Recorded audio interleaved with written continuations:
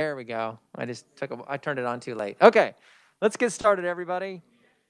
We've got a lot to get through today. First, we will do requests for bill introductions. Anyone on the committee have requests?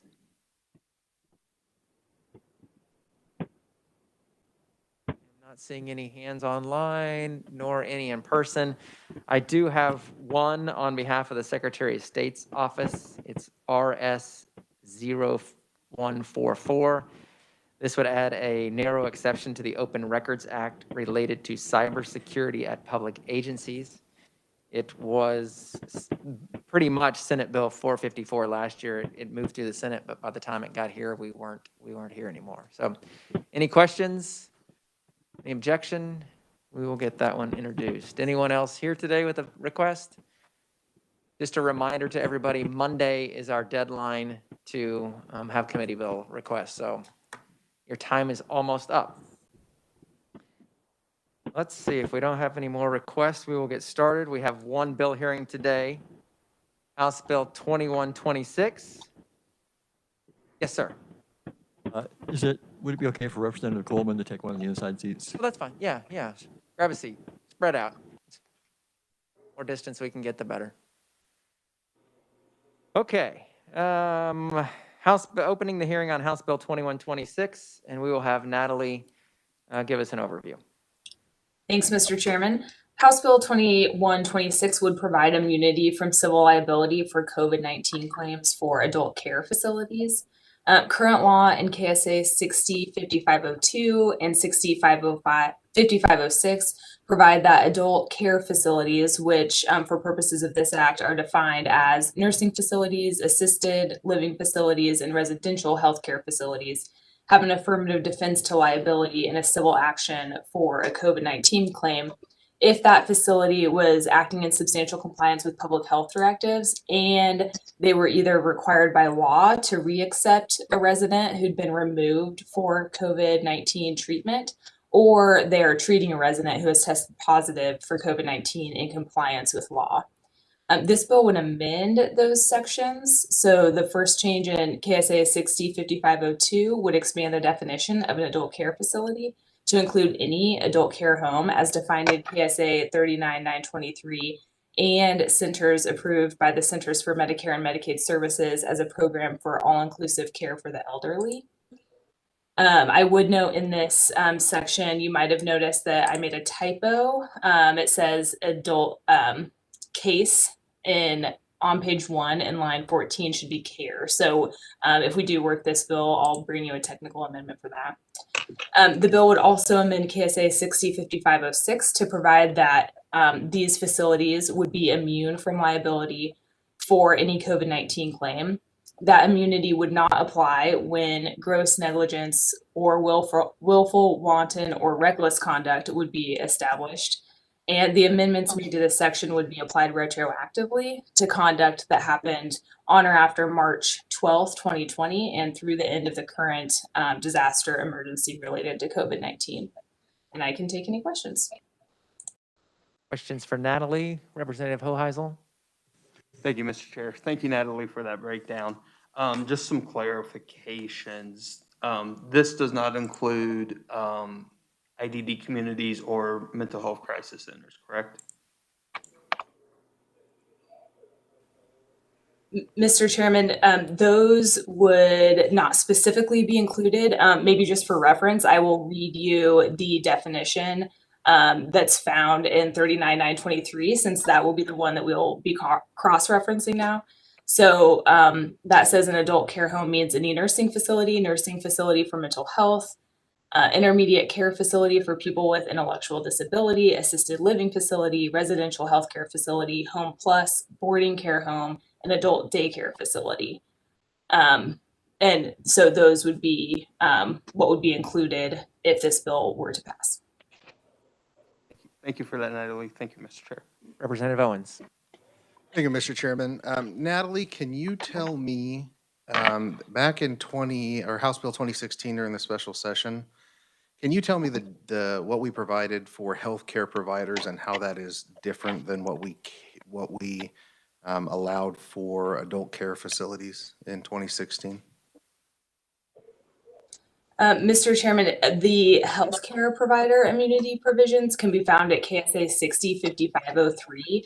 And if you guys want, I can have that distributed to you.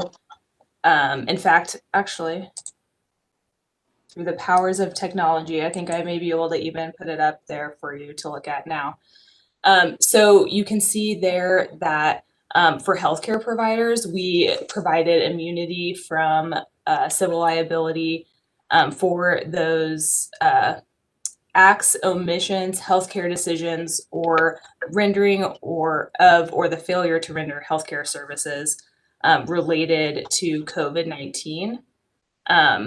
So that immunity versus an affirmative defense, but also over here on the healthcare side, it's not for any of those COVID-19 claims as defined in the act previously. It's just for the acts, omissions, and healthcare decisions. And then over in the healthcare side, we do still have that provision that this immunity doesn't apply when gross negligence or willful, wanton, or reckless conduct is established. And then there in subsection C, paragraph 2, this section also doesn't apply to healthcare services not related to COVID-19 that have not been altered, delayed, or withheld as a direct response to the COVID-19 public health emergency. So that's what's currently for the healthcare providers. So if I may, Mr. Chairman, the primary difference is we provided immunity for healthcare providers, but we only provided an affirmative defense for our adult nursing care facilities. I think that would be one of the big differences. The other difference on the adult care home side is we had those provisions related to their caring for the folks pursuant to law and following those public health directives. All right. Thank you, Natalie. Thank you, Mr. Chairman. Representative Samsel. Thank you, Mr. Chair. This follows up on the previous good representative's questions, but is the other distinction that I think I'm seeing here is this, if they're required to bring in certain patients who may be positive for COVID or something of that nature, that this is also extending protection to that realm? Am I reading that correctly? Mr. Chairman, those provisions are in the current law. So that is what is provided for currently. And then Natalie, if you could, I know when we passed HB 2016, it seems like there was some distinction, perhaps debate between how we differentiated between businesses and then those here in the healthcare fields. Can you help remind me what those were? I don't know if they'll be significant or not, but I do recall that there was some difference. Mr. Chairman, this act does provide for general business immunity as well. Those provisions can be found at KSA 605504, and I'll go ahead and show you those provisions. And so this is a little bit more general, but basically people conducting business in the state will be immune from liability in a civil action for a COVID-19 claim if the person was acting pursuant to and in substantial compliance with public health directives applicable to the activity. Thank you, and thank you, Natalie. If I recall correctly, it seemed to be that might be a little bit stronger protection. I may be wrong, but I'm sure we'll get into that with proponents and opponents. So thank you, Mr. Chairman. Representative Carmichael. Thank you, Mr. Chairman. Two questions for the reviser. First, directing your attention to page 3 of the bill at line 3. And part of this is, of course, existing law, but now it applies immunity from liability as opposed to the affirmative defense. But it appears that the language would make these healthcare providers or nursing facilities, long-term care facilities, whatever the proper term is, it appears that it would make them immune from liability in not only civil actions, which are lawsuits, but also administrative fines or penalties. And I presume that would be a reference to penalties leveled, at least in part, by the Department of Health and Environment for substandard care. Am I reading that correctly? Mr. Chairman, I think so long as those penalties were levied against the facility for something that meets the definition of a COVID-19 claim, then they would be able to assert the immunity provided for in this section if this were to pass. And I do agree with your reading of that, and I appreciate that distinction. But I think what this means is that KDHE can no longer do anything other than just write reports if there are violations that are related to COVID-19. Is that what that means? Mr. Chairman, so long as that did qualify as a COVID-19 claim, then I think that could be an accurate reading. And I don't want to belabor this, but I think there is an important legal distinction here, because claims are generally thought of as one party claiming damages, monetary damages against another. We call that a claim. On the other hand, when KDHE levels a penalty or a fine, that's not, at least to my understanding, a claim. That's something different than one party claiming money from another. How can I reconcile what this bill means in the context of penalties and administrative fines if they're not traditionally what we consider to be a claim? Mr. Chairman, I do agree that the kind of general definition that we use in law when we're talking about claims is, typically with respect to a lawsuit of some type, which I think is kind of true here. If you do look up at the on page 1, starting at line 19, that is what is defined here as a COVID-19 claim. So I suppose if someone was making that type of claim to KDHE, about the care of someone in one of those facilities. But I generally agree with you on, what we typically think of how we use the word claim. I'm not sure how we fix that, but I appreciate you helping me with the law. My second area of question, Mr. Chairman, concerns page 3 at line 31. And there we purport to make the changes in section 2 retroactive to March 12 of 2020. When we talk about retroactive application of a civil law or statute, at least in the context of a tort, there's a concept known as vested rights, which cannot be changed by the legislature in civil actions retroactively. However, here we are purporting to make an immunity retroactive as opposed to an affirmative defense retroactive, which is basically what we had before.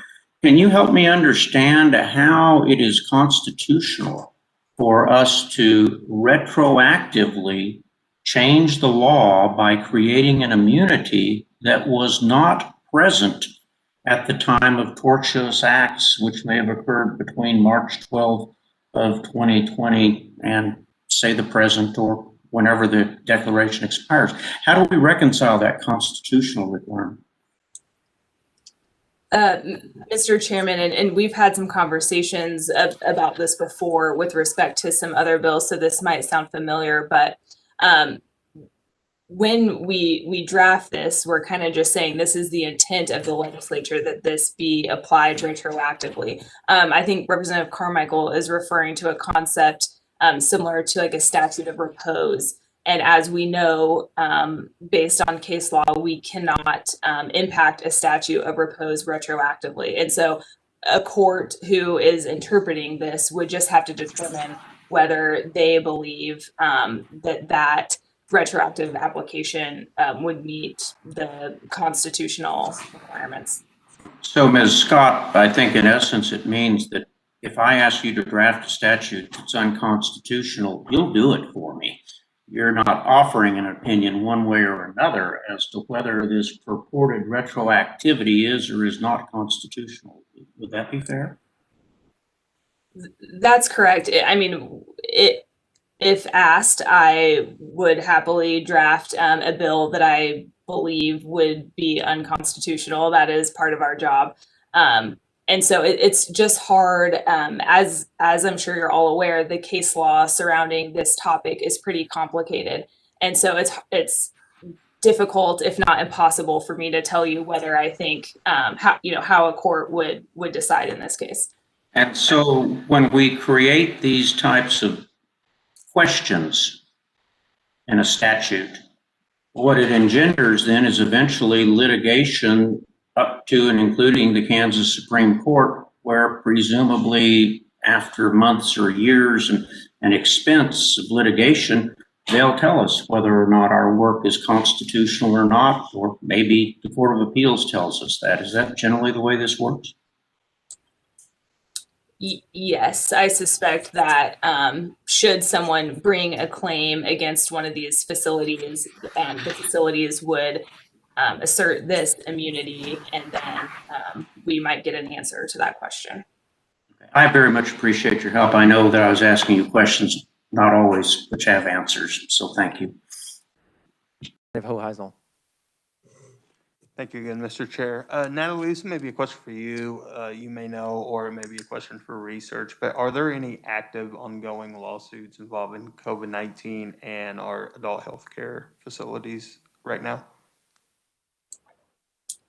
Mr. Chairman, I don't know that. If someone in research does, they can pipe up. I suspect that some of the proponents or opponents may also know that.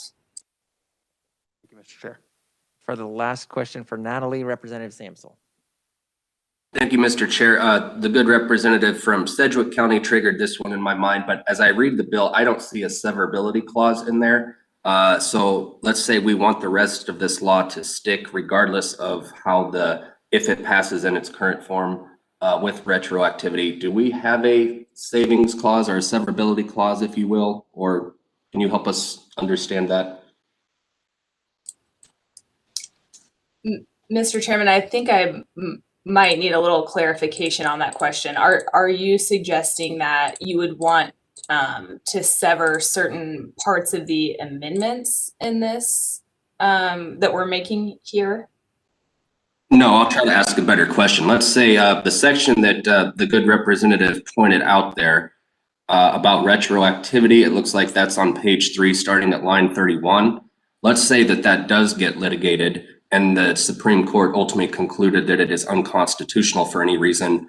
What I think we would all not want is for the court then to strike down the remaining provisions of the rest of the entire bill. So it would be a severability clause of just saying, the legislator's intent is even if that line 31 section, if you will, gets stricken, the rest of this, we would still intend to be Kansas law. I understand what you're saying now. So there isn't a severability clause in there now. We could always add something like that. As all of you know, severability is a determination that is made by the court, but it's not uncommon for us to include legislative intent with respect to severability in bills like this. Thank you, Natalie. Thank you, Mr. Chair. Thank you, Natalie. Committee, we're going to do like we've been doing recently. We'll wait until the proponents are done and ask questions. Then we'll wait until the opponents are done and ask questions. Ask your 2 best questions because you may not get a shot for more. We're going to do proponents until about 4:25, and then we'll switch to opponents. And then if we've got more time, we'll come back to additional questions. Conferees, if you could try to do it in 2 minutes, no more than 3, that would be great. Vice Chair Ralph's going to let you know when you hit the 2-minute mark, just to try to keep us on track. As you all know, we have your written testimony. If somebody said something before, you're welcome to say I agree with them and not repeat it all. Just trying to keep us on track and give both sides an equal opportunity to share their concerns. We will begin with proponents. Just going to go down the list. First up is Mark Maloney.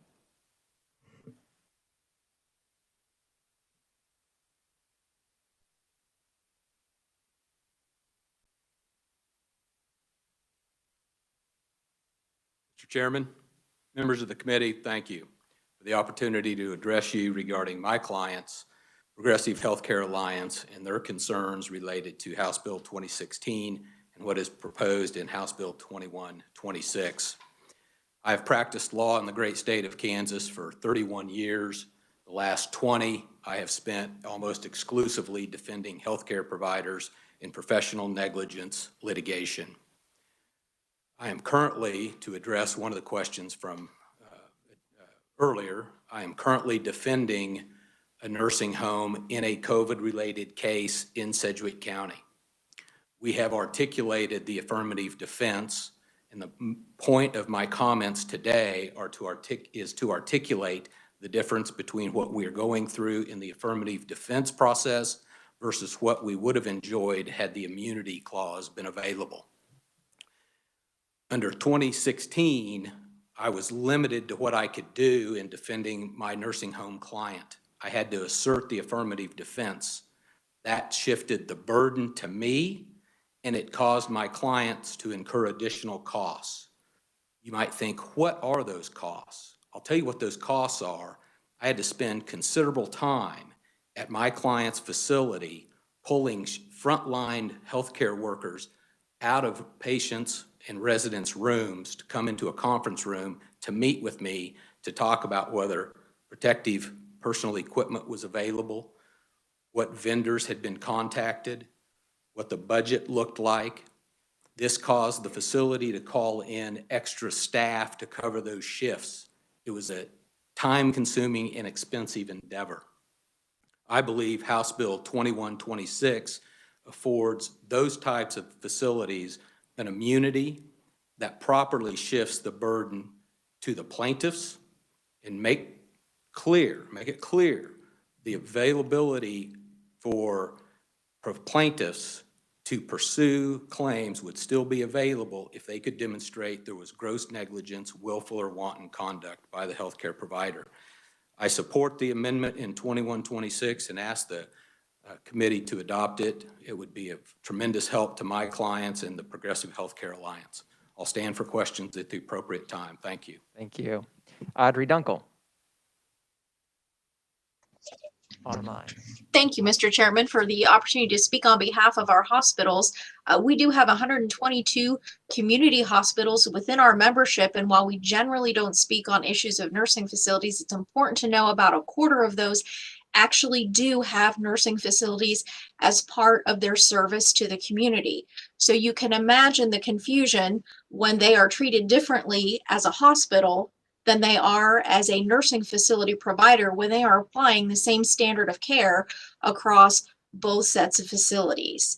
This has led to some things that have been very difficult for our providers as far as the nursing facilities, because they have had to lock down those nursing facilities harder than they maybe would have because they are concerned about the liability.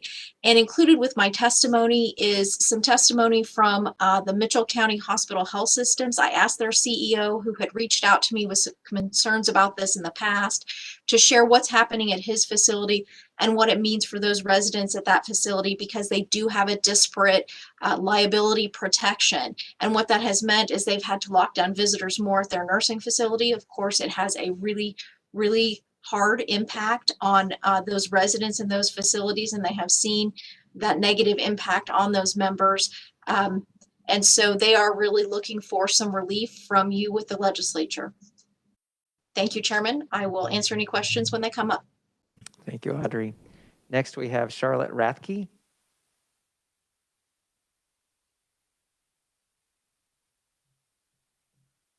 Good afternoon, Chairman Patton and members of the committee, and special greetings to Representative Ralph from days gone past when I served in Dodge City and we attended the same church.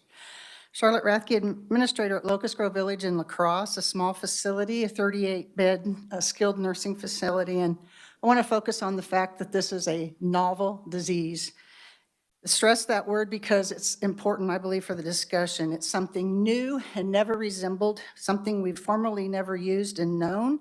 No one knew how to experience this. Our governments, our businesses, and our healthcare entities were no different. And so I'm asking why are nursing homes being singled out as providers differently than others.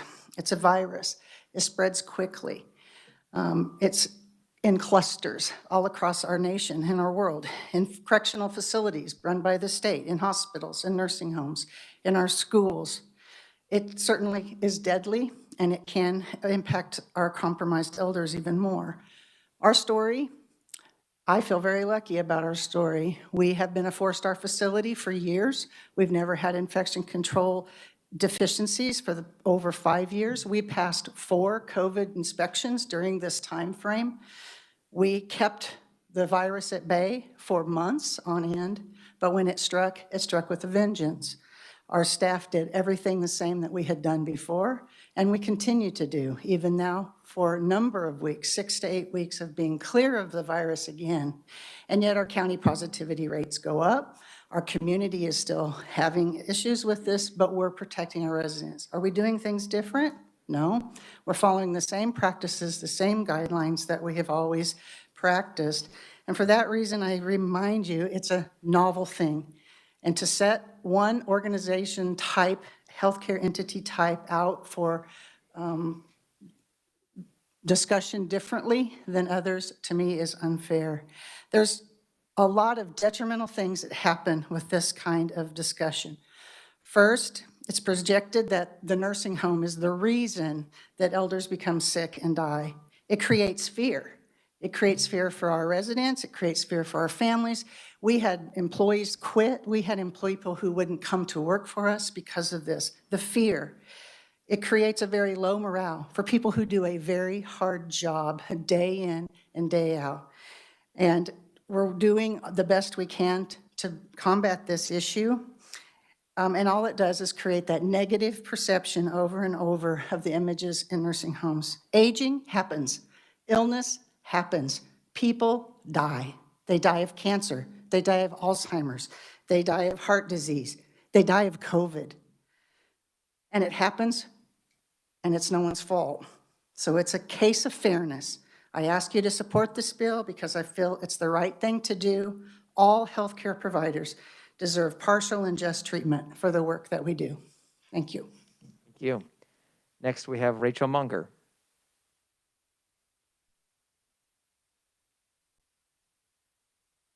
Thank you so much, Mr. Chairman. I am Rachel Monger with Leading Age Kansas, and if you don't know us, we're the State Association for Not-for-Profit Senior Care.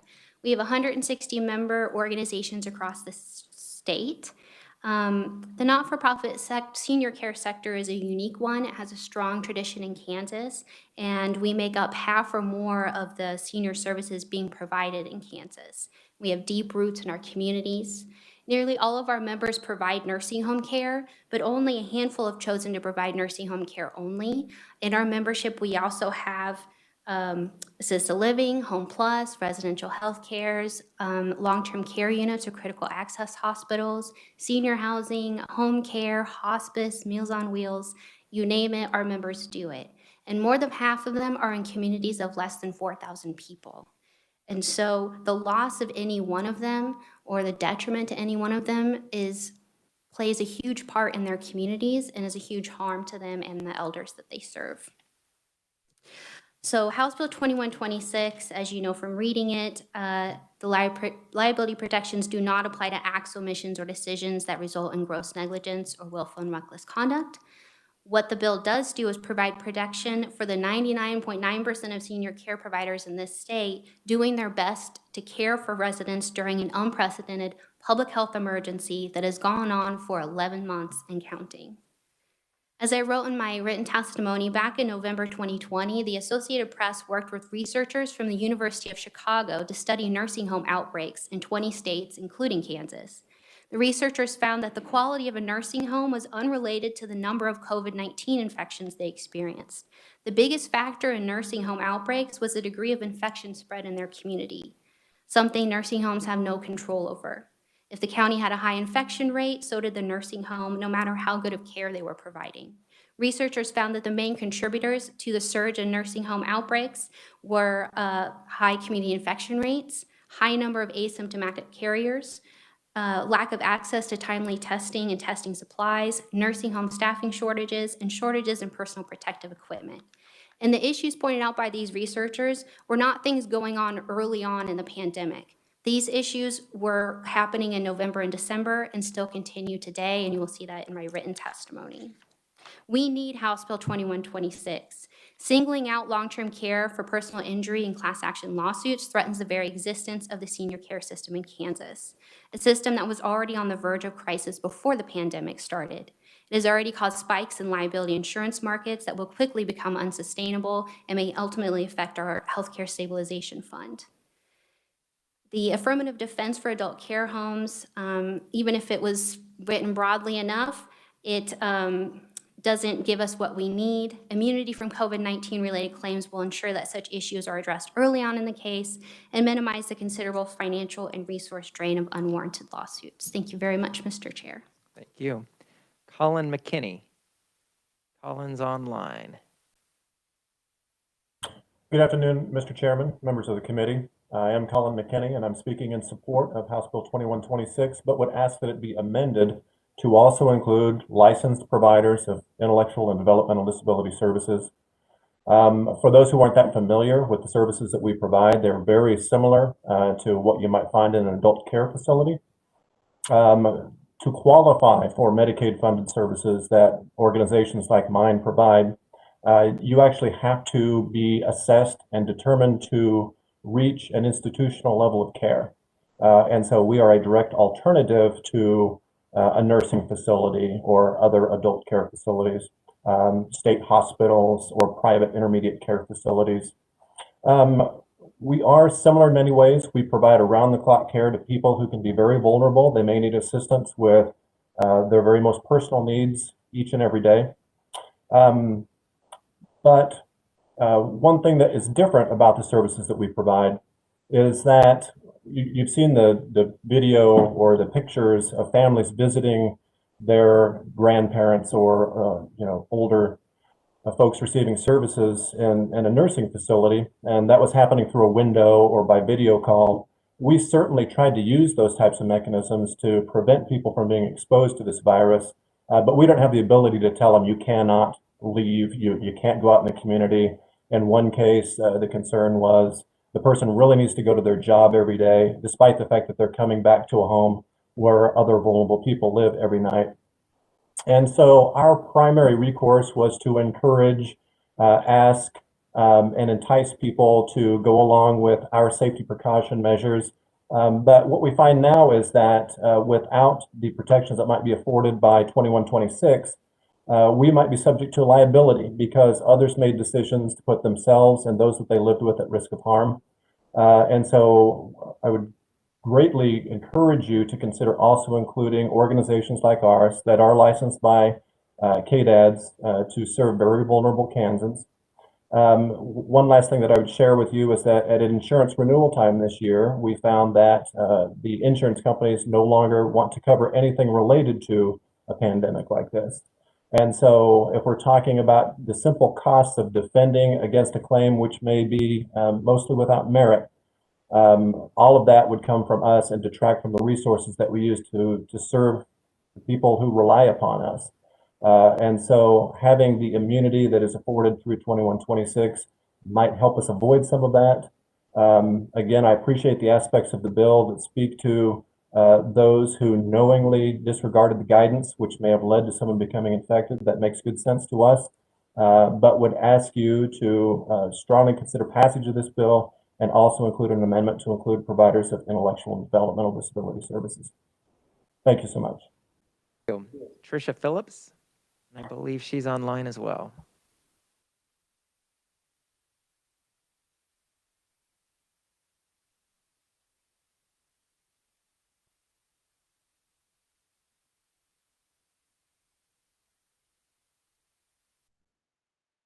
I see you. Tricia, can you hear us?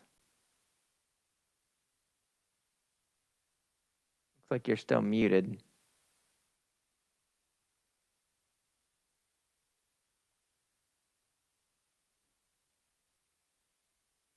There you go. Can you hear me? Yes. Okay, thank you. Sorry, I don't know what was going on. I thought it was unmuted on my end. Okay, So my name is Tricia Phillips. I'm the Chief Nursing Officer for Axiom Healthcare Services, and we have skilled nursing facilities, assisted livings, and home pluses in Kansas. And I just think that I agree as earlier that we don't believe that if COVID is in your building or if it's not in your building, there's always a direct relation to the quality of care that you're providing. We run fairly good nursing homes. Ours look really good on paper. I mean, we have 4- and 5-star facilities. They all have national quality Baldrige Award winners. We do everything that we can to follow CDC, CMS, KDHE, KDADS, regulatory guidance, even though lots of times that's very contradictory. It takes a lot to sort through all of that. And you can literally call and ask something and then call back in 10 minutes and get a different answer. So it takes a lot on our end to keep all of that straight. And I think that even though we're doing all of this, it still got into our buildings, and we're losing staff because of this. They're saying, I don't want to be in the middle of a lawsuit when I'm doing nothing different. I'll go to the hospital and work.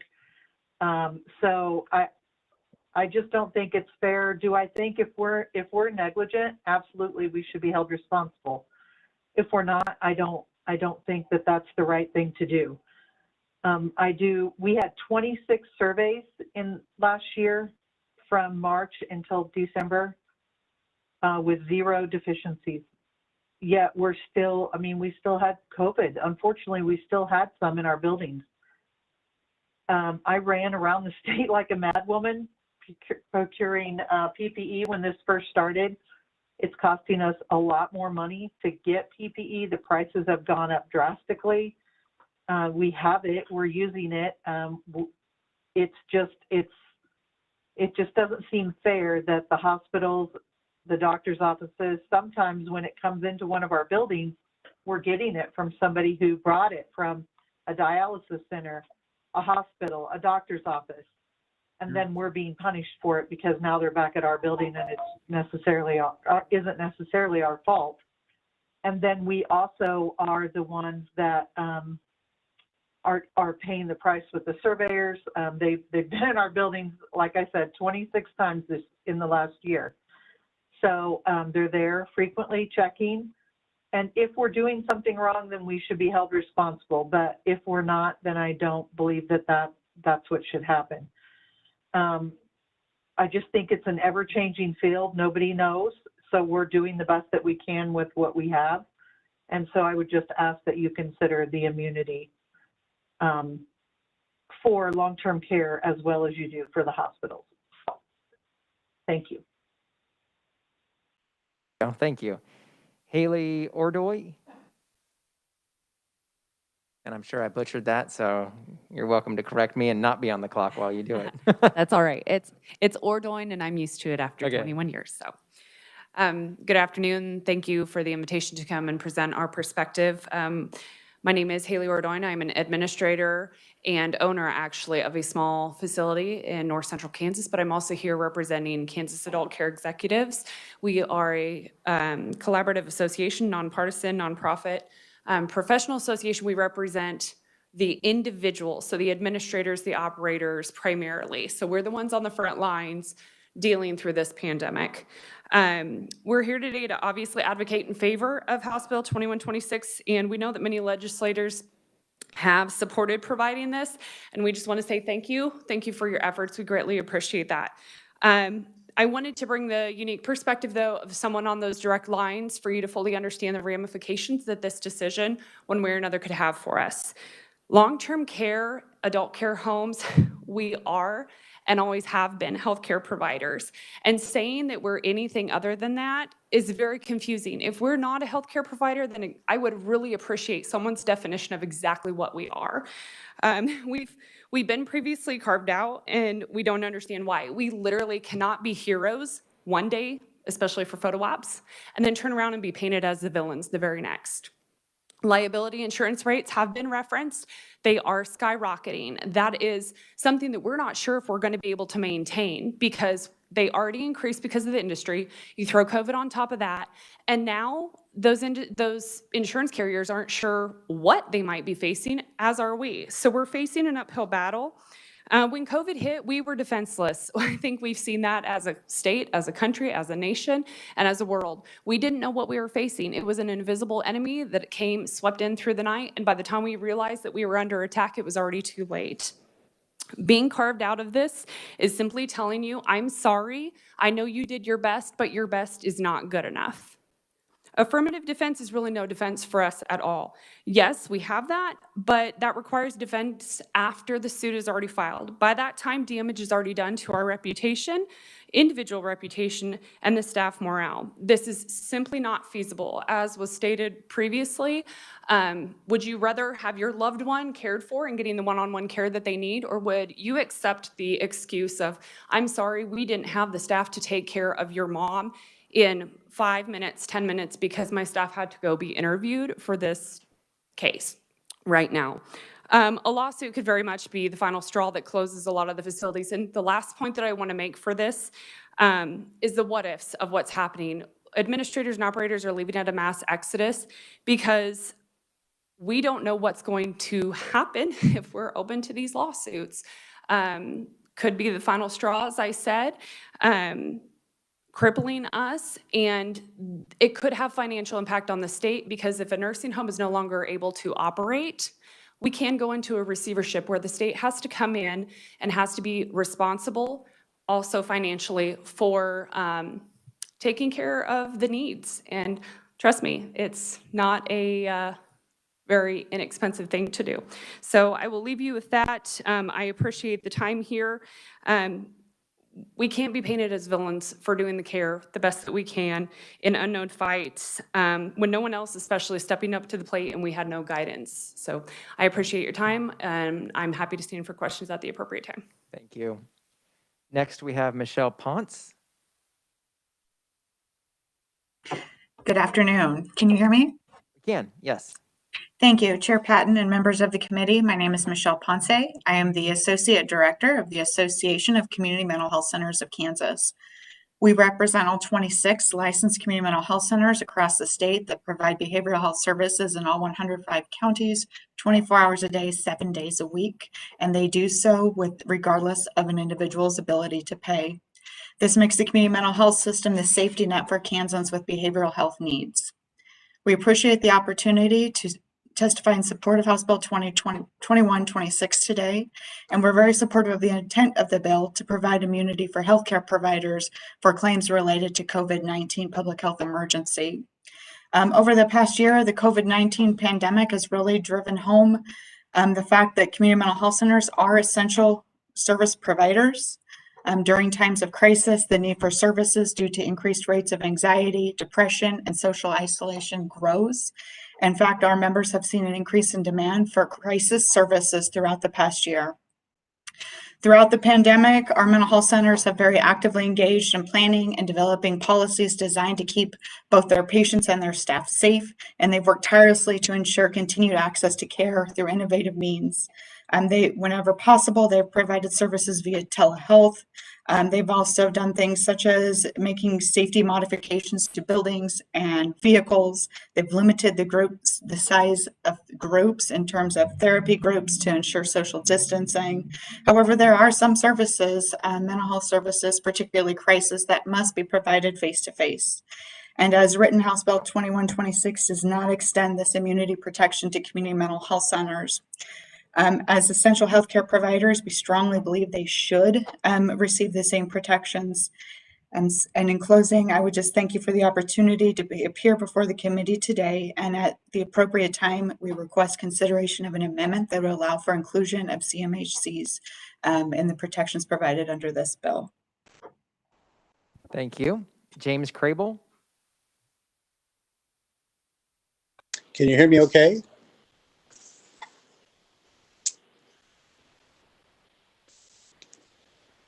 Can you hear me all right now?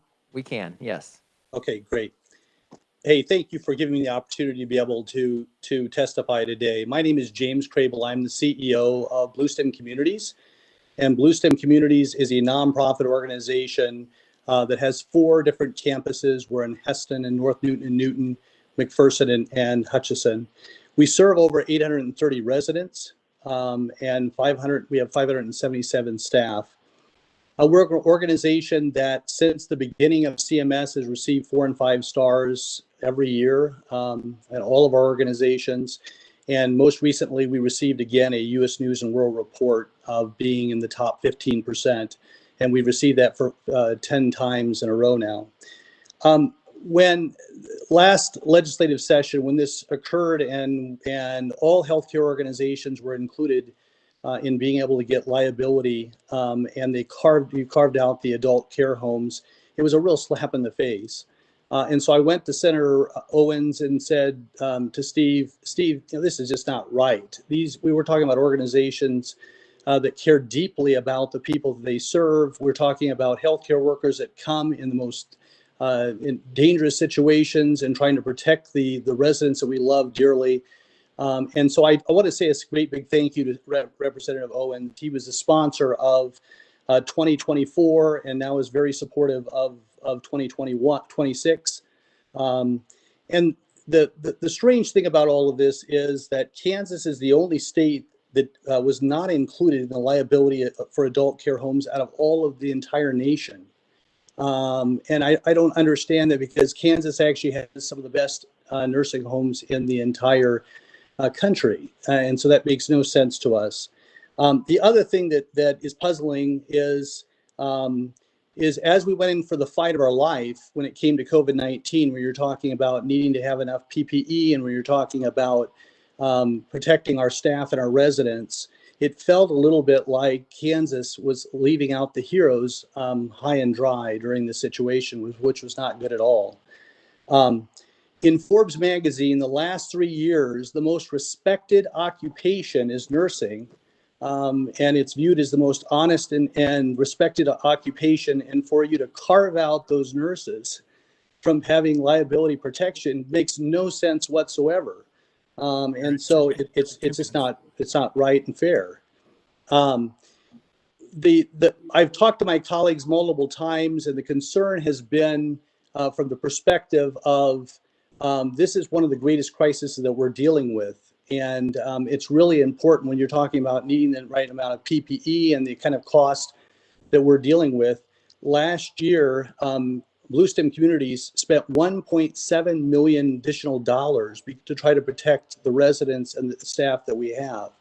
And so and you think about that when you think about single sites and organizations all over Kansas, the amount of money that they're spending on that.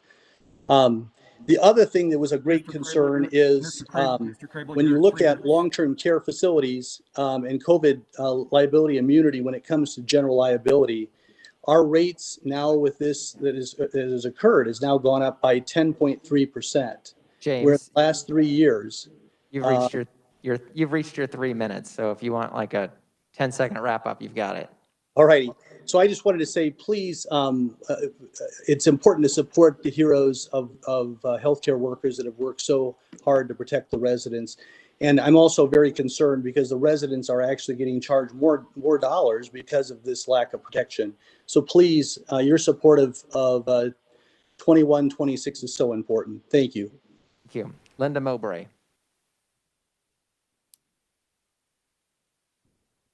Thank you, Mr. Chair. I appreciate being here today.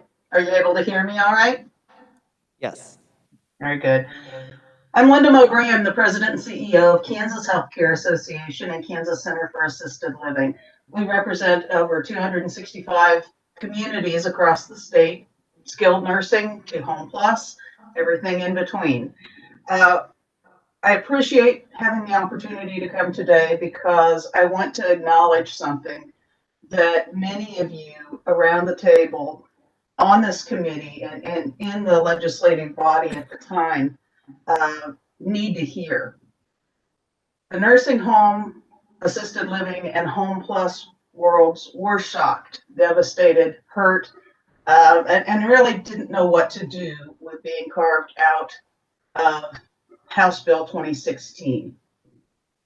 The thing is, we get it. You were between a rock and a hard place.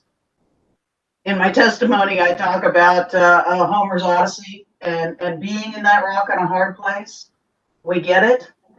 You had to pass House Bill 2016. No question about it. This is an opportunity now to go back and relook at that decision that was made to carve out the long-term care profession. This is an opportunity to set things right. In the simplest form, this bill 2126 simply puts us on the same footing as other healthcare professionals, and we feel like we need to be there because we are healthcare professionals. At a time when the general public was having trouble getting toilet paper, we were having trouble getting PPE. To hold us responsible for COVID coming into the building when we were doing the very best that we could just does not make sense. It's not how Kansas does business. We've had trouble with staffing. We had miscommunication and no communication between agencies, KDADS, KDH&E, when it came to where do we go for help? Where do we go for PPE? Where do we go for staffing? When each county, whether it was the health department, the health officer, or even the county commission, had a different take on what the home should do, that created chaos. Many of my members belong to organizations where they have homes in several different counties across the state. So when there was no consolidated message coming down, it was very difficult for our homes to make good decisions. They were following what the local said, even if it contradicted what another local said. The lack of understanding as well between the licensure types. You know, the information that was coming out would talk about nursing homes or something that CMS had done. Well, our assisted living and Home Plus are not regulated by CMS. And so the misinterpretation of information was very difficult for our members. I know that over the summer you met with many of your constituents, and many of them. Thank you. 3 minutes. Thank you. Your constituents know that you want to do the right thing, and they want you to provide us immunity to liability. With that, I will end my testimony and say, please carve us in, not out. Please pass 2126. Thank you. Committee, you have written testimony from Matt Fletcher and Chris Erickson. Is there anyone else here or online as a proponent? Okay, good. Well, we stuck to my 425, except we didn't have time for questions. So we're going to have to go a little after 5. Let's do 10 minutes of questions, then we'll do opponents, 10 minutes of questions of opponents, and then we'll see where we're at. So Representative Samsel. Thank you, Mr. Chair. One question for Michelle Ponce, please, directed towards the mental health centers. In a little bit, not to minimize this very important issue, but in slightly joking fashion, why were you guys left out? Did you make everybody mad? And then on a more serious way of phrasing that, is there a reason the opponents will say that you guys should not be included? Or help me understand that, please.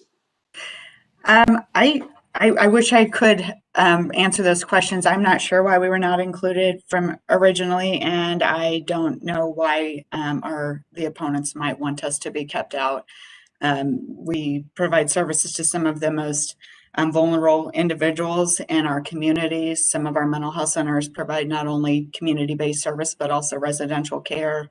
And as you've heard from some of the other proponents today, we're also a system that is strained already to meet capacity and working and underfunded. So I'm just not sure I can answer those questions for you. I think we should have been included. Thank you, Ms. Ponce. If one of the opponents could answer that in their allotted testimony time, that will save me a question, Mr. Chair. Thank you. Thank you. Representative Humphreys.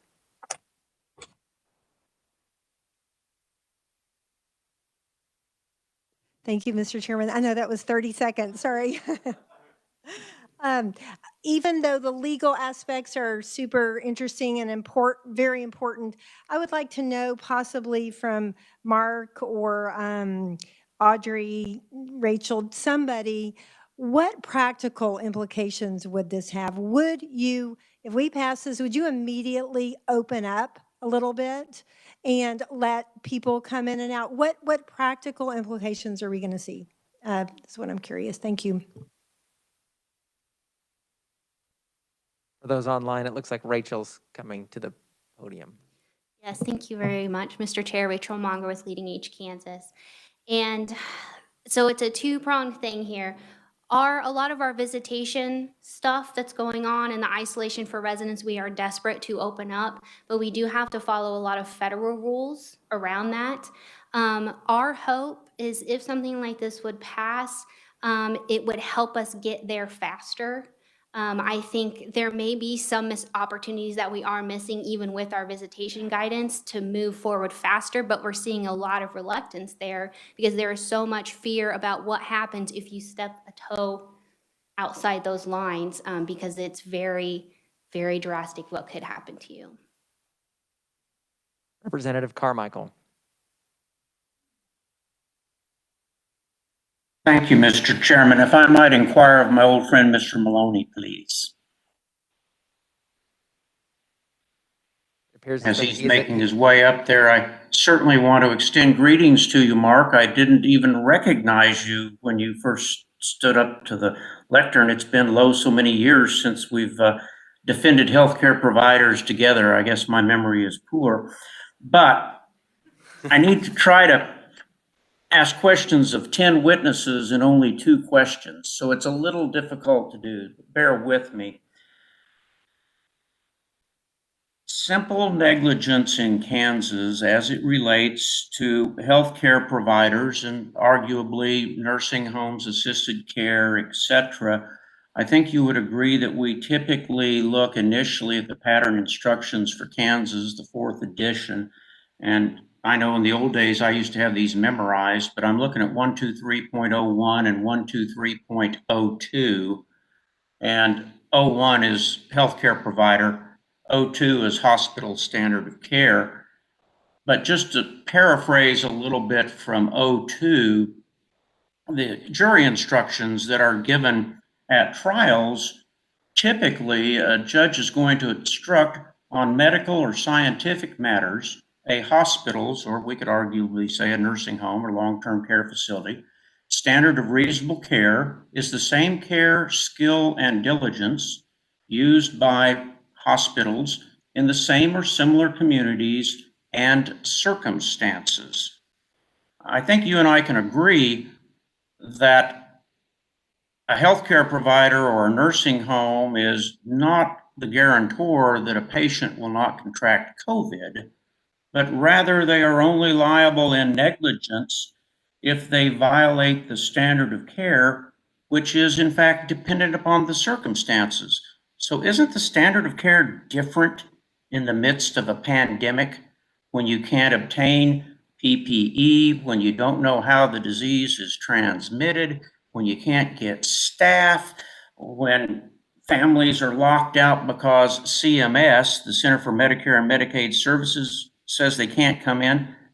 Doesn't that change the standard of care in the midst of a pandemic as compared with what it would be were we 2 years ago, or presumably after it goes away like a miracle as President Trump promised us? Representative Carmichael, first, I appreciate you commenting on my youthful appearance, and maybe that's what confused you from our experiences in the years gone by. And I appreciate you not saying anything about my gray hair. I've been married 40 years today, and I didn't have any of this gray hair when I got married.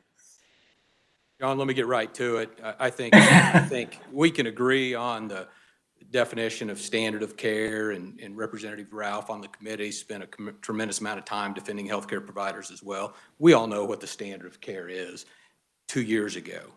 The point here is this is an unprecedented pandemic. This is unique. Nobody knows what the standard of care would be in this set of circumstances. And for my long-term care facility clients to be carved out and treated differently than my orthopedic clinics or my hospital clients, it's hard for me to explain to those clients. And as a result, the new bill 2126 cures that and goes a long ways towards leveling the playing field. And I think that should be the focus. And so question 1.5 is that standard of care, even in these unique circumstances, is absent the common knowledge exception, is established by expert witness testimony from folks who are qualified by education, training, and experience in the management and operation of nursing homes. True? That's true. I've probably used my 2 questions. I'd like to ask an additional one, but maybe it's best if I wait, Mr. Chairman. I'll leave that to your discretion. Let's go to Representative Owens and see how long his question takes. Thank you, Mr. Chairman. Thank you, Mr. Chairman. And Mr. Maloney, my question's actually for you. You talked a little bit about affirmative defense versus immunity, and I appreciate that explanation. You said you've defended our adult care facilities for quite a while. Can you step me through what happens if one of our adult care facilities files for bankruptcy? What's the steps? What's the state's involvement, and how does that generally play out? You know, I have no firsthand experience in that set of circumstances, Representative Owens. I can anecdotally explain to you what I understand the process to be. I think there is a receivership that is established so that there is, I see some other folks nodding their heads, so that the facility can continue to operate, because they do have residents that are receiving day-to-day care, hour-to-hour care, frankly. And that, I believe it's a state-based receivership that takes over the facility to ensure a continuity of care. Okay.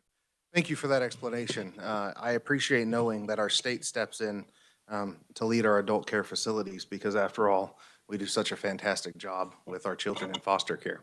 So let's keep that in mind as we make decisions about our nursing homes. Representative Jennings. Thanks, Mr. Chairman. Maybe for Audrey Dunkel, since she has experience with both provider types being hospitals and adult care. Audrey, you are familiar with the bill passed by the legislature that granted hospitals special treatment and kind of left these adult care facilities at a little different place. Can you tell me whether or not what is contained within the law right now as it pertains to the special circumstance of COVID and COVID liability for hospitals, how does that differ between what's going on with hospitals now and what the proposal is that the committee has before it today? Are there differences in how those two different types of organizations would be treated if this bill passed as it is right now? Thank you, Mr. Chairman. Excuse me, Mr. Chairman. My understanding is that this would then, excuse me, that 2126 would then treat them equitably, give them the same standard of liability protection. And I would defer to the revisers if there is any nuance in that that is different, but that is my understanding. Mr. Chairman, there is one difference with the healthcare provider section. Well, I mean, there are actually a couple differences between the sections. If you look in the healthcare provider provision, which is 605503, subsection C2 limits this liability protection by saying that the provisions of the section do not apply to healthcare services not related to COVID-19 that have not been altered, delayed, or withheld as a direct response to the COVID-19 public health emergency. That language doesn't appear in this bill. And then additionally, the lead-in language on this adult care home liability creates immunity for any COVID-19 claim, whereas in the healthcare provision, it provides immunity from civil liability for damages, administrative fines, or penalties for acts, omissions, healthcare decisions, or the rendering of or the failure to render healthcare services.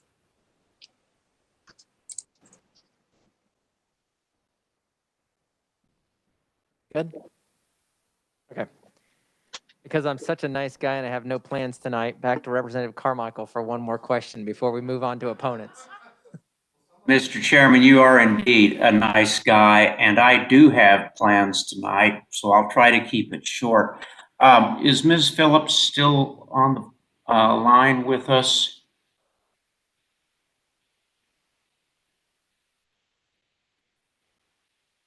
Hello? She appears to be. I don't know that yeah, there we go. She's popping up. I think she can hear you. All right, good. Ms. Phillips, can you hear me okay? Yes. Okay, good. I listened during your testimony to your explanation that your facility is one that has maintained high standards of infection control and nursing care, and that for several years it sounds as if that you've had very favorable surveys from KDHE. My wife, having been an adult care administrator, I understand how difficult that is and how justifiably proud you are of that record. But I think you would also recognize that unfortunately there are some facilities that you compete with for patients and dollars, in a sense, that don't maintain those same high standards. Would you want to see us pass a law that says that substandard nursing facilities are immune from liability, not only for civil damages, but also from administrative fines or penalties that might be levied by KDHE and its surveyors, particularly in a circumstance where nursing homes are in essence locked down and families can't be there to see the type and quality of care? Is that something that you would recommend that we do, that we just give those facilities immunity so they don't even have to respond to KDHE anymore? Well, I think that, no, I don't think that. I think that if we're negligent, then we should be held accountable for that, as I said earlier. But I don't think that just, even if you're a bad facility or a good facility, it's still getting in. So if they're doing what they can to keep it out, and they're doing the best that they can, I don't think they should be held responsible for that. You and I absolutely agree. I'd be happy to have my mother at your facility. Thank you, ma'am. Okay, is there anyone here today as a neutral conferee? Do not see any. We will move on to opponents. First up, entering the room, Joe Molina. Look at that, you walked in, perfect time.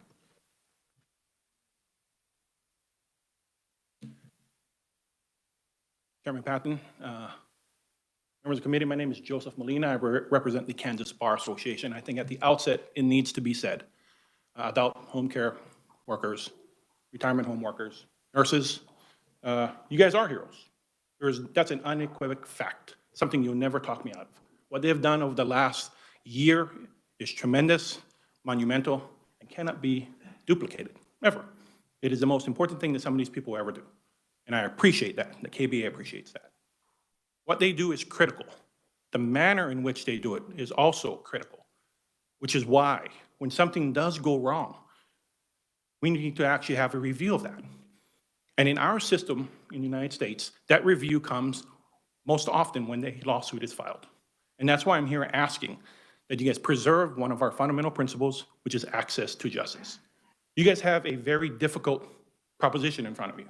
You have to decide the rights of an industry versus the rights of an individual.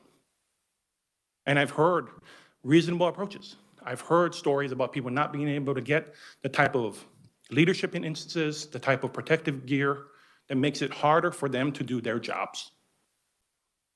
Which is why the affirmative defense makes a lot of sense here. It is a reasonable approach. We are here to say that that is probably the way we should stay. When we passed this bill, current law, I should say, in House Bill 2016, between then and now, nothing has changed. We still have to deal with this thing, right? It is still here. They can still avail themselves to the affirmative defense. And yes, it will be more expensive. Yes, it will be more time consuming, and it will be frustrating. But that is a system that we have set up. And that is what you guys will have to decide. How far do we tip the scales away from an individual rights to get into court versus an industry. And that is a very difficult thing for you guys to do. I do not envy that position at all, which is why I think we should leave it as it is. Allow people who believe that they have been wronged and at least an opportunity to get into court without having to overcome, which is a very high hurdle of wanton disregard and the immunity. And that's my first point. I know I'm running quick on time. I just have a quick issue or question about the language. It seems overly broad. When you talk about any claim, is that to say that the Kansas Attorney General's office is prohibited or they can't get past the immunity because it touches every claim? So they can't review this. That is a awfully high hurdle. If you're saying that the Kansas Attorney General's office, as written, does not have standing to actually have something like this be reviewed. I apologize. I know I'm pretty close to running out of time. Joe Molina with the Kansas Bar Association. Happy to stand for questions when appropriate. Thank you. Next, we have Representative Coleman.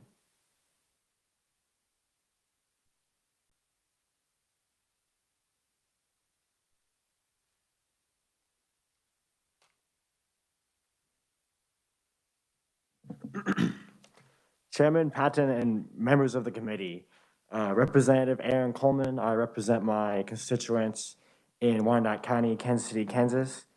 There's three reasons why I rise in opposition to HB 2126. Number one, adult care homes should exercise reasonable care. If they do, they have no liability for negligence. Removing that incentive to provide safe care to these residents endangers those residents. The Declaration of Independence states all men are created equal. Nursing home CEOs shouldn't be granted a higher status than any other citizen.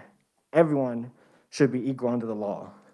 Number two, this immunity is unnecessary because for a jury to enter a judgment against the local nursing home, they would have to find that the conduct was grossly negligent. And the third point that I oppose this legislation for is we can see how legislation like this has played out in states like New York. One headline in the Guardian read, Governor Andrew Cuomo gave immunity to nursing home executives after big donations. Now people are dying. A New York Times story from last week with the headline, New York State severely undercounted virus deaths in nursing home, report says, raises the question of whether data on more than 300,000 nursing home deaths was withheld by the governor in order to avoid blame. If Kansas gives legal immunity to nursing home CEOs, it is, in effect, taking one of Democratic New York Governor Andrew Cuomo's most botched public policy proposals and introducing it here. I urge the members of the committee to vote no on HB 2126 to stop this morally bankrupt legislation that places protecting private profits over the health of our most vulnerable and defenseless citizens. Thank you. Thank you. Next, we have Margaret Farley. I think Margaret's online. We can't quite hear you, Margaret.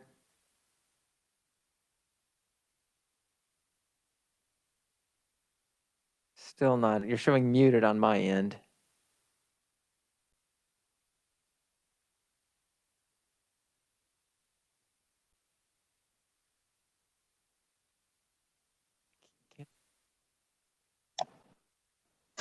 Okay, how's that?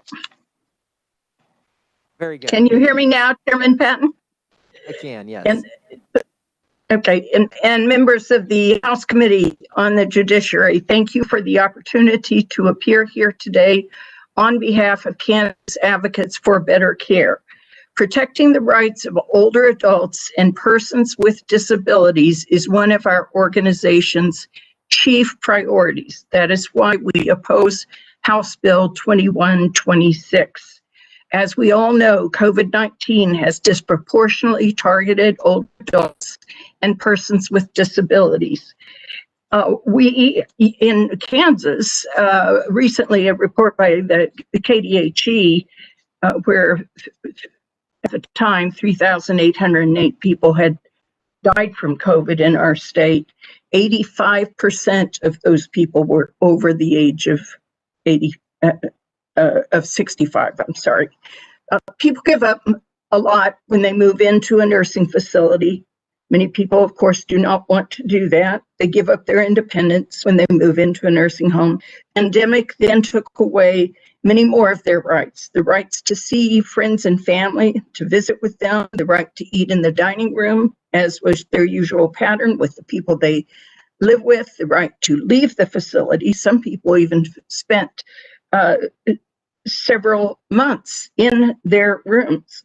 House Bill 2126 attempts to take away one of their last remaining rights, their right to a fair trial if they are abused or neglected. Infection control practices in nursing homes are key. In May 2020, the GAO released a report. The title of the report was the conclusion of the report. Infection control deficiencies were widespread and persistent in nursing homes prior to COVID-19 pandemic. Of all the nursing homes surveyed across the country by the GAO, 82% had one or more infection control deficiency, and many of the homes that had F1 also had persistent problems, up to half of them. In Kansas, the GAO found that 1/3 of the nursing homes were cited for non-compliance with inspection health safety standards, and they found that only 41 Kansas nursing homes had no infection deficiency cited, and 41% were cited for infection deficiencies during multiple consecutive years. The affirmative defense provision included in House Bill 2016 and passed during the 2020 session provides immunity for adult care homes which comply with the COVID guidance from state and federal governments. Compliant facilities should have nothing to worry about. The affirmative defense protects them. No one would disagree that poor performing homes should be held accountable to those injured. House Bill 2126 seeks to take away residents' rights to hold those poor performing facilities accountable for harmful or egregious practices. This affirmative defense strikes a fair balance between the people who live in nursing homes and those they trust to provide care for them. This provision preserves the right to fairness and accountability while helping to keep them safe, and therefore, for that reason, it should be maintained. Residents and family members expect that the care that they receive from facilities already complies with federal and state health, safety, and infection control guidelines. Our policies and our laws must focus on fairness for residents, accountability, and oversight to assure facilities are safely taking care of the people who have taken care of us. We ask you to oppose House Bill 2126. Thank you. Next, we have Judy Billamy.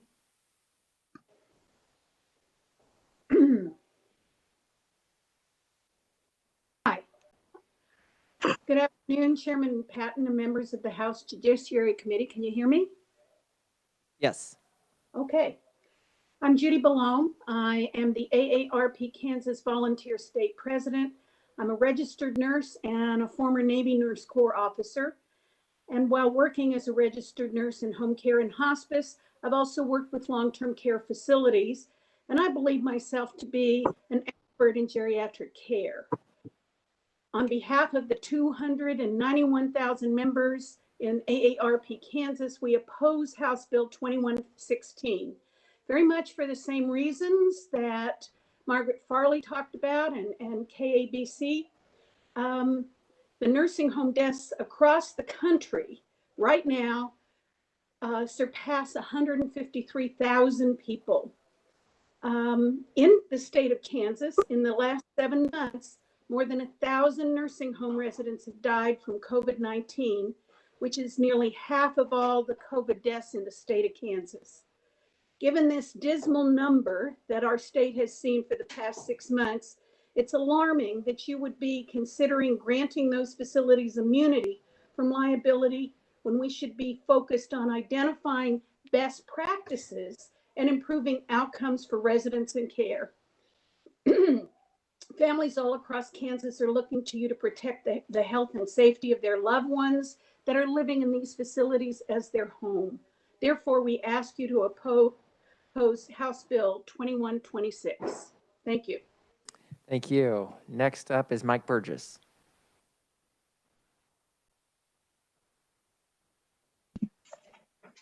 All right. Thank you, Chairman Pat, members of the committee. My name is Mike Burgess, and I'm with the Disability Rights Center of Kansas. I'm the Director of Policy and Outreach, and it's my pleasure to appear before you today remotely. So I want to start off with saying I agree wholeheartedly with some of the previous conferees. They did a great job of articulating that. So I'll focus on what I think kind of the piece that we haven't covered enough today. And really that's who we're talking about, who will really be impacted by this bill. We've heard a lot about some of the facilities and the types of businesses that want to be involved, and that's very important. The work they do is very important. But the folks who are truly going to be impacted by this bill are seniors and individuals with disabilities. And so this includes America's greatest generation that fought World War II on our behalf, all sorts of things. Those are the folks who are going to be impacted by this. The bill appears to grant what basically amounts to blanket immunity. I mean, it's pretty broad immunity, as the others have said. And, for that reason, and I'll go ahead and attempt to answer Representative Samsel's question ahead of time. We oppose the bill, and we would oppose, the amendments, the proposed amendments as well with that. And so, again, just keep in mind the folks who will be impacted by the changes in the bill, and ask you to oppose House Bill 2126. And Mr. Chair, I'd be happy to stand for questions at the appropriate time. Thank you. Next on the list is Ashley Rickett. Hello. Can you hear me? We can. Welcome for anybody. Okay. My name is Ashley Rickett. I am honored to present some testimony on behalf of the Kansas Trial Lawyers Association. We represent individuals in the state of Kansas who have suffered an injury due to the negligence of others in the state. And I would like to echo some of what KBA and others have said, which is it's a broad immunity that is being proposed, when in fact we do have a law in place that we went back and forth on. KTLA doesn't like immunity. KTLA doesn't like affirmative defenses. These are all special rules. But what happened was back in 2020, everyone got together and came up with these affirmative defenses. And they allow for the facilities to bring these defenses to prove that, hey, we're following the regulations. We're doing the best that we can. And if that's the case and it can be proven, there isn't going to be a lawsuit. That lawsuit gets thrown out. And so I know I've heard a lot of testimony amongst a lot of different individuals, and I know that the Kansas Stabilization Fund actually, they gave a report in December of 2020, when the report says that as of October 1st of 2020, these claims were only in 3 facilities across the entire state of Kansas. So what I would urge to you is that this affirmative defense is working. It's taking into consideration COVID and the complications that come with it. And if the facilities can prove, hey, we're following the public health directives, then that's something that's accounted for in this law that was well thought out, and everyone came together on that. And like I said, we oppose immunity regardless, because we feel like the court system is in place so that our seniors can have a voice, and so that they can be in court and find out whether or not that they have a claim. Of course, after that is heavily researched before they ever bring one to begin with.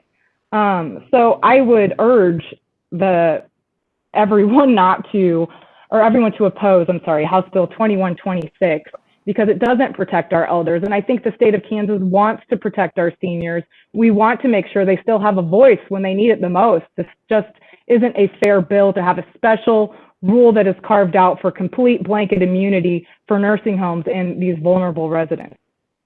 Thank you. Barbara Hickert is next. Good afternoon, Chairman Patton and members of the committee. I am Barbara Hickert, and I'm the State Long-Term Care Ombudsman. I'm grateful for this opportunity to offer our agency's testimony on House Bill 2126. And I'm here today on behalf of the residents in all Kansas adult care homes to ask you to not pass this bill. Many long-term care facilities work hard to adhere to high standards of care, and during this pandemic, they worked especially hard under some really incredibly difficult circumstances. But we know that from our work that the quality of care varies widely and that there are a number of facilities that do not meet those high standards or do not even seem to aspire to do so. These facilities are frequently cited by federal and state agencies for understaffing, lax infection control measures, and other serious infractions. Additionally, in November, the AP reported an estimate that for every 2 COVID-19 deaths in long-term care, there were 1 other resident who died prematurely from other causes. In my testimony, I've listed all the ways that oversight and monitoring of care have been limited for almost a year. Families and friends who normally act as informal advocates and who would interact with staff and discuss care issues and resolve them are no longer allowed inside to see firsthand what's happening with their loved ones. The state survey agency has been limited by the pandemic in conducting their annual inspections. While they have conducted numerous infection control surveys, these are relatively short and focused just on infection control and no other area of care.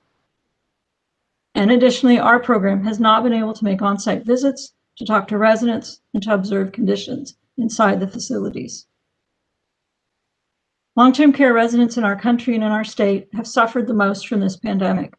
Besides the number of resident infections and death, no other group of people have been stripped of their rights the way long-term care residents have.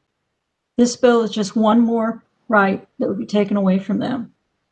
To grant immunity to facilities is unethical and would endorse substandard care.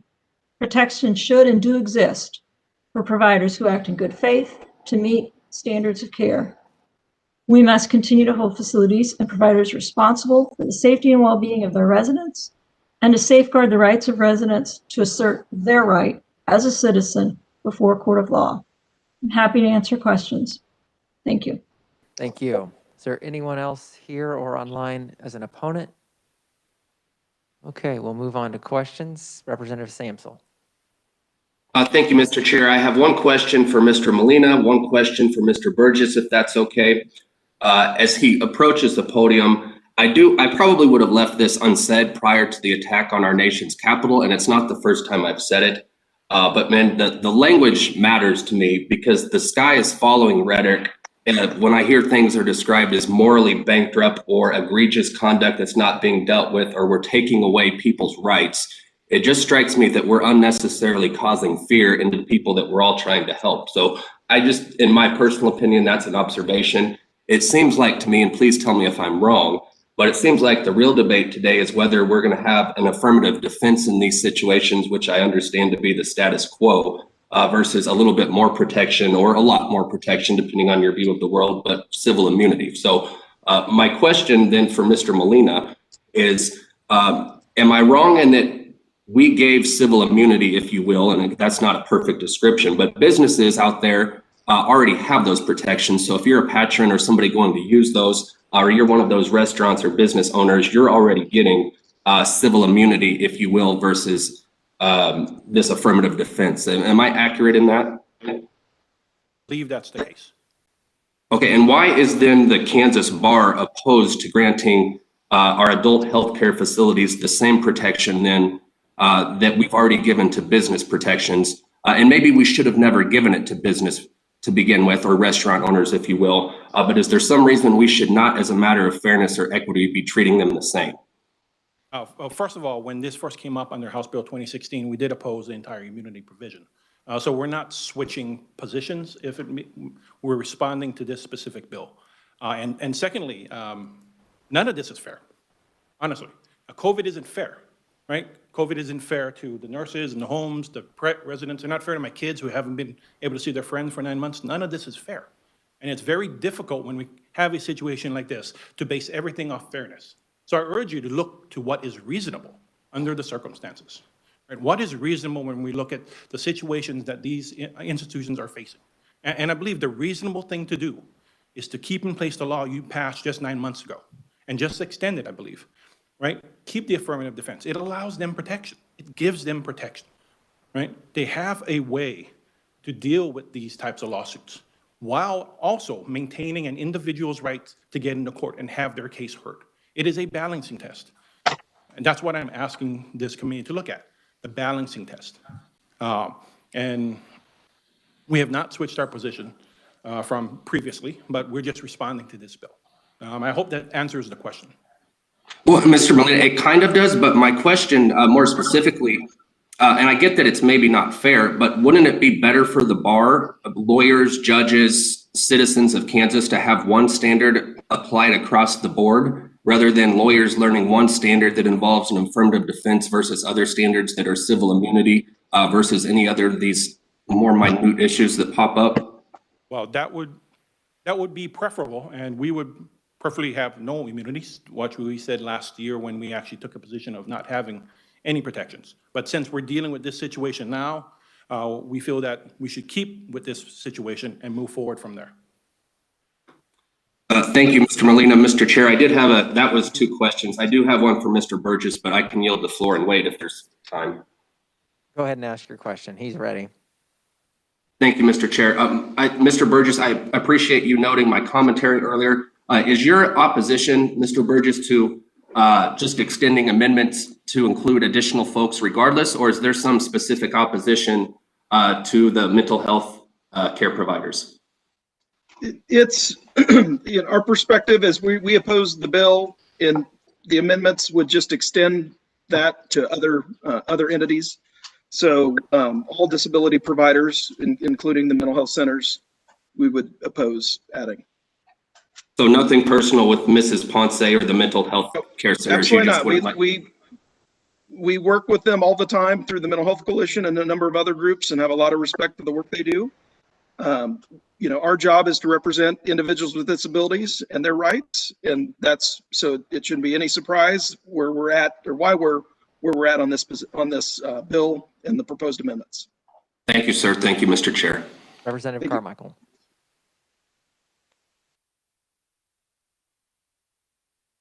Thank you, Mr. Chairman. I suppose I ought to disclose a bit of interest. I belong to the Kansas Bar Association for nigh on 40 years as well. And so I'm a member. I just certainly ought to disclose that. And with that, I do have questions for Mr. Molina, should he still be available. He's ready. Yes, sir. All right. This is perhaps a little bit unusual question, one I've never tried asking before. So if I mess it up, bear with me. But we've heard testimony here from the Kansas Trial Lawyers Association. By the way, I belong to that organization as well. I pay a lot of dues. Kansas Trial Lawyers Association. We have the Kansas Bar Association. There's the Kansas Association Defense Council, and there's various healthcare provider associations and on and on. But can you explain to us the process that the Kansas Bar Association goes through before they send you up here to say extending immunity to nursing homes is not necessarily a good idea? How do you arrive at these positions? Are you here as an advocate for the plaintiff's bar versus the defendant's bar versus the insurance bar, et cetera? Can you give us a little background on why you're here? Well, when we talk about large issues, one of these is part of our mission statement. It's access to justice. And this is something that would basically limit access to justice for a very specific set of people. And this is something that has gone back as one of our policy positions well before I was with the Kansas Bar Association. When we have specific bills like this, it is run through a section review. We have 32 individual sections. We have a litigation section, which is comprised of plaintiff and defense bar members.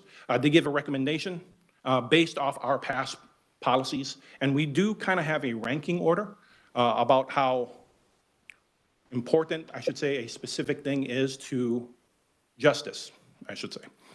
They give a recommendation that is then run through our legislative committee who meets annually to review all these bills. And then they make a recommendation, again, after reviewing the language with our policy position, that goes on to our Board of Governors, which has 32 members. We meet 6 times a year. We actually have another meeting next Friday where we'll be discussing most likely this bill and see where it's going and what our position will be or whether to continue that position. And so we have a pretty rigorous review standard when we're looking at bills. And so that's how you actually get me up here in front of you for very specific things. And this is a big ticket item to us because it touches on our mission, which is maintaining access to justice for individuals.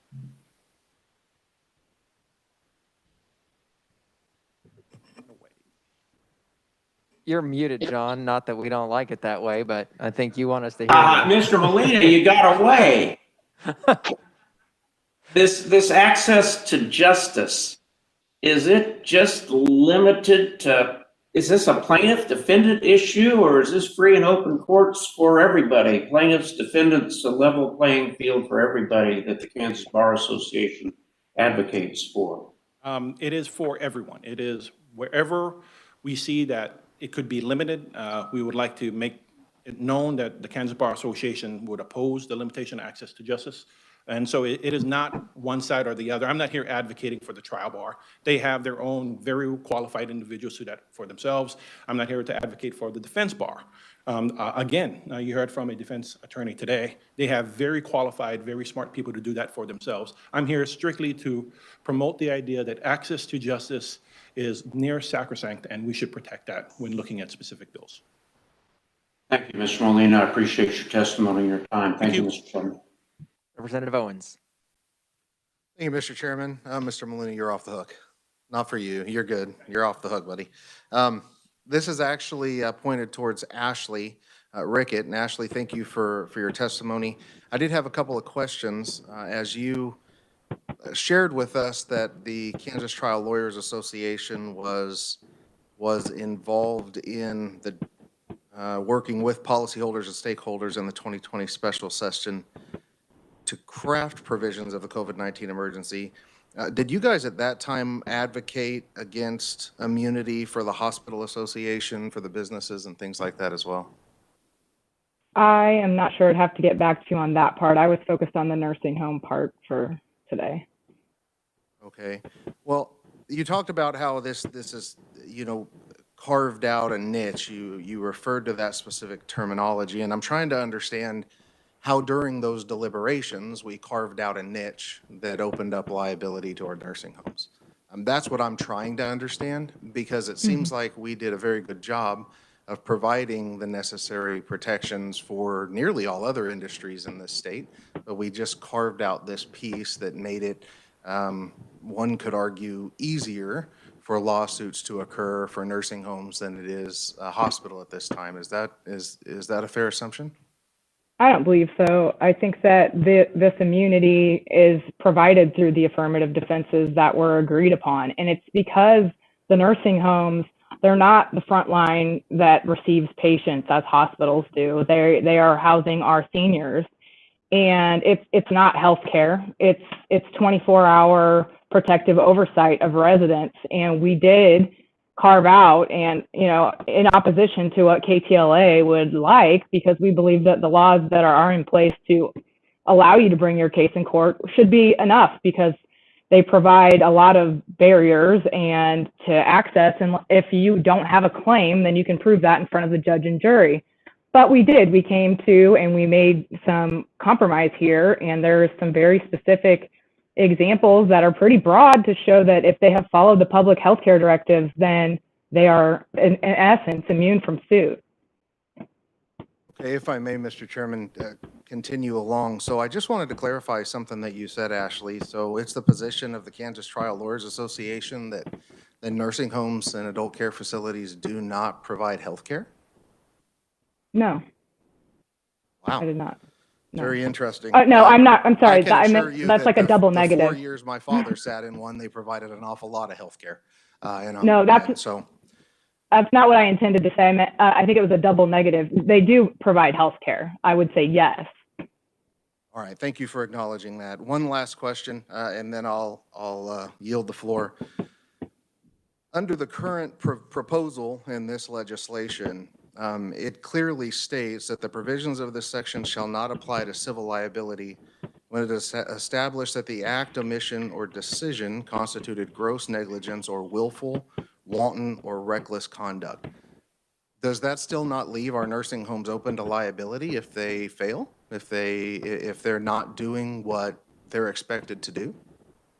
If, in fact, you can meet the standard of gross negligence, willful, wanton, or reckless conduct, I agree that those claims will be there.